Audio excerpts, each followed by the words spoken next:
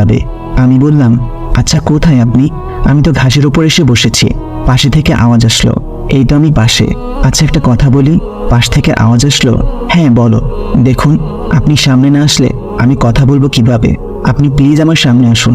আচ্ছা আসবো, তবে তার আগে বলো তোমার কেমন মেয়ে পছন্দ, মানে তোমার স্বপ্নের রানীটা কেমন হবে? আমার পছন্দ সাদাসিধা একটা মেয়ে, যে সাদা একটা সিম্পল ড্রেস পরবে, যাকে এক দেখায় আমি ভালোবেসে ফেলবো, ওর রূপে পাগল হয়ে যাব আমি।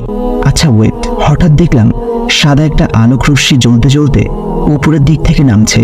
আলোক রশ্মিটা হঠাৎ বড় হয়ে গেল। আলোক রশ্মিটা বড় হওয়ার পর এত আলোকিত হয়ে গেল যে জায়গাটা আমি চোখে কিছুই দেখতে পাচ্ছি না। হঠাৎ সবকিছু আবার আগের ন্যায় ক্লিয়ার হয়ে গেল, সবকিছু স্বাভাবিক হয়ে গেল। পাশে ফিরতেই দেখলাম সাদা ড্রেস পরা একটা মেয়ে আমার পাশে বসে আছে। মেয়েটার দিকে নজর পড়তে আমার দুনিয়াদারি পাল্টে গেল। এত সুন্দর মেয়ে এই জমিনের বুকে এর আগে কখনো আমি দেখিনি। মনে হচ্ছে জান্নাতের কোনো হুল ভুল করে জমিনে নেমে এসেছে। আমি হা করে ওর দিকে তাকিয়ে আছি। এই কি দেখো? আমার লজ্জা করে তো, এমন করে তাকিয়ে থেকো না। মেয়েটার কথায় আমার ঘোর ভাঙলো, কিন্তু আমার সবকিছু যেন উলট পালট হয়ে গেল। মাথায় কিছুই কাজ করছে না। আপনার নাম কি? আপনার বাসা কোথায়? আপনি কি করেন? আপনার বাসায় কে কে আছে? এক গাদা প্রশ্ন ছুড়ে মারলাম। এই স্টপ স্টপ, আস্তে আস্তে, একটা একটা করে জিজ্ঞেস করো, না হয় একসাথে এতগুলোর উত্তর আমি কিভাবে দিব? আমার নাম মাবসুরাতুন নূর, তবে সবাই আমাকে মাবসুরা বলে ডাকে। আর আমার বাসা হচ্ছে পরিপালকে।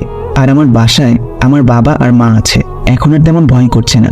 তাই আমি আবার প্রশ্ন করলাম, আপনি পরি হলে জমিনে কি করছেন? আমি জমিনে আমার অর্ধাঙ্গিনী খুঁজতে এসেছি, কারণ আমার ছোটকাল থেকে একটাই ইচ্ছে, আমি মানুষকে বিয়ে করব আর আমার বাবার সিংহাসনের অধিকারী বানাবো। আমি বললাম, আপনার কথার মানে ঠিক বুঝলাম না। মানে আমার বাবা পরিপালকের রাজা।